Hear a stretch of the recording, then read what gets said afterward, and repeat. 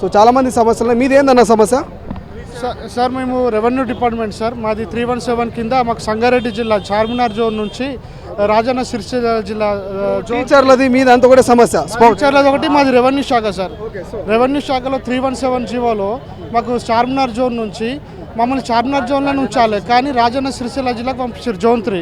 తర్వాత మేము ఎన్నో సమస్యలతో మేము ఎంతో బాధపడుతూ అప్లికేషన్స్ కూడా ఇచ్చాము.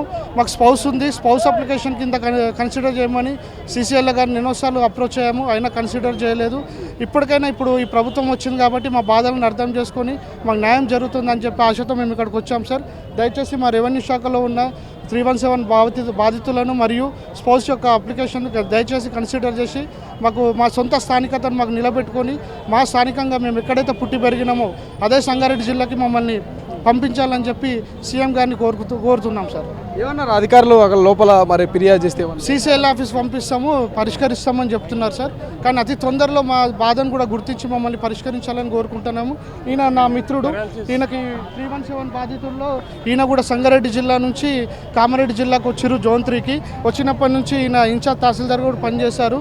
అది తీవ్రమైన ఒత్తిడి సమస్యతో మరి రోజు ఒక 100 కిలోమీటర్ 150 కిలోమీటర్ ప్రయాణించలేక తన కుటుంబ సభ్యులకు దూరంగా ఉండి మానసికంగా కృంగిపోయి ఇప్పుడు ఆయనకు పెరాలసిస్ కూడా వచ్చింది, నడవలేని స్థితిలో ఉన్నారు.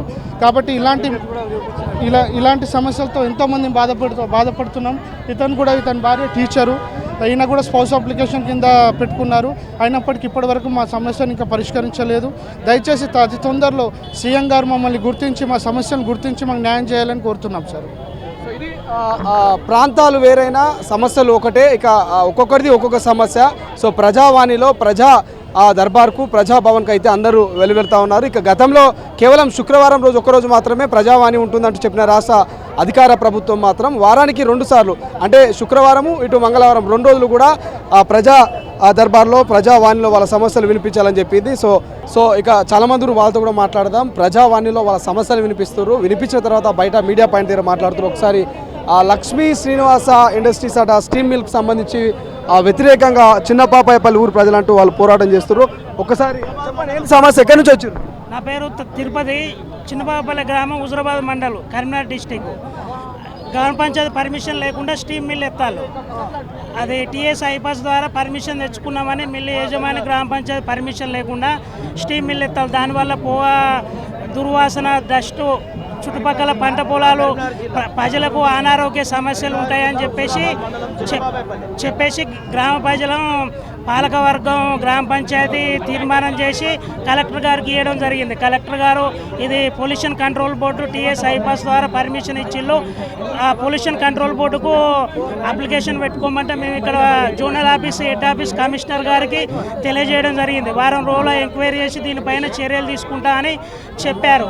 ఇప్పటికే 3 నెలలు గడుస్తున్నా ఎలాంటి చర్యలు తీసుకోలేదు, ఎంక్వైరీ చేయలేదు.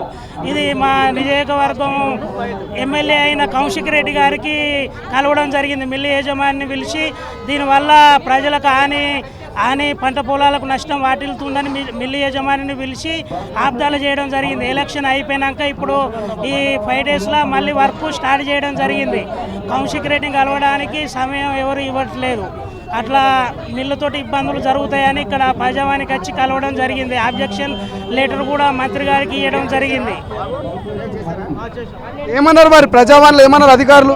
దీనిపై పొల్యూషన్ కంట్రోల్ బోర్డుకు పంపించి ఎంక్వైరీ చేపించి దీనిపైన చర్యలు తీసుకుంటామని చెప్పడం జరిగింది.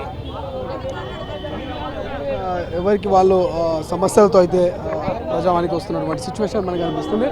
ఒకసారి చూసుకోవచ్చు మనం ఇక్కడ ఏదైతే క్యూ లైన్ ఏర్పాటు చేస్తారో అక్కడ నుంచి కూడా సమస్యలతోని ప్రజలంతా బారులు తీరుతూ ఉన్నారు. ఉదయం 5 గంటలకు వాళ్ళు వచ్చి వాళ్ళతో సమస్యలు వినిపిస్తూ ఉన్నారు.